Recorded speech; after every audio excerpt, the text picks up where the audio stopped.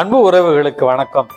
நகைச்சுவை நடிகர் நாகேஷுடைய வாழ்க்கையில நிகழ்ந்த ஒரு நிகழ்வை உங்களோடு பகிர்ந்து கொள்ள விரும்புகிறேன். ஒரு நிருபர் அவரிடத்துல கேட்கிறார், நீங்க எவ்வளவுதான் கஷ்டப்பட்டு எஃபர்ட் போட்டு நடிச்சாலும் கதாநாயகர்களுக்கு மட்டும்தானே ஒரு திரைப்படத்துல முக்கியத்துவம் கொடுக்கப்படுகிறது, அவர்களைத்தானே இந்த உலகம் அதிகமாக மெச்சுகிறது, உங்களுக்கான அங்கீகாரம் அதிகமாக கிடைக்காமல் போகிறதை நினைத்து நீங்கள் வருத்தப்பட்டதுண்டா, ஒதுக்கப்பட்டதாக அல்லது மறைவாக இருப்பதாக நீங்கள் உணர்ந்ததுண்டா அப்படின்னு கேட்ட கேள்விக்கு அவர் ஒரு உதாரணத்தை தருகிறார். புதிய வீடு கட்டுகிற நேரத்துல அந்த சவுக்கு மரத்தை பல நிலைகளில் அவர்கள் பயன்படுத்துவார்கள். சாரம் கட்டுவதற்காக அல்லது பூசு வேலை செய்வதற்காக. கட்டடம் உயர உயர சவுக்கு மரங்களுடைய உயரமும் கொஞ்சமாக உயர்ந்து கொண்டே போகும்.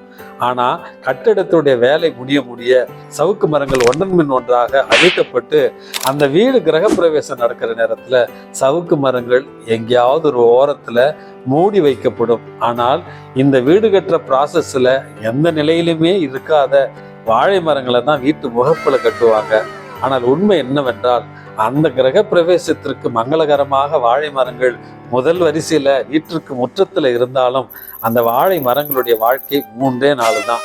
அந்த கிரக பிரவேசம் முடிந்தவுடனேயே வாழை மரத்தை மறுபடியும் குப்பையில தான் போடுவார்கள்.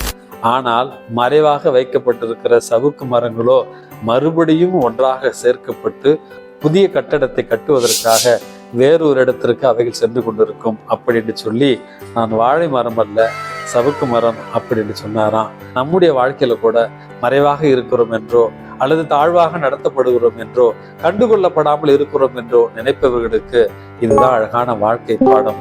இந்த நாள் உங்களுக்கு இனிய நாளாகட்டும். வணக்கம்.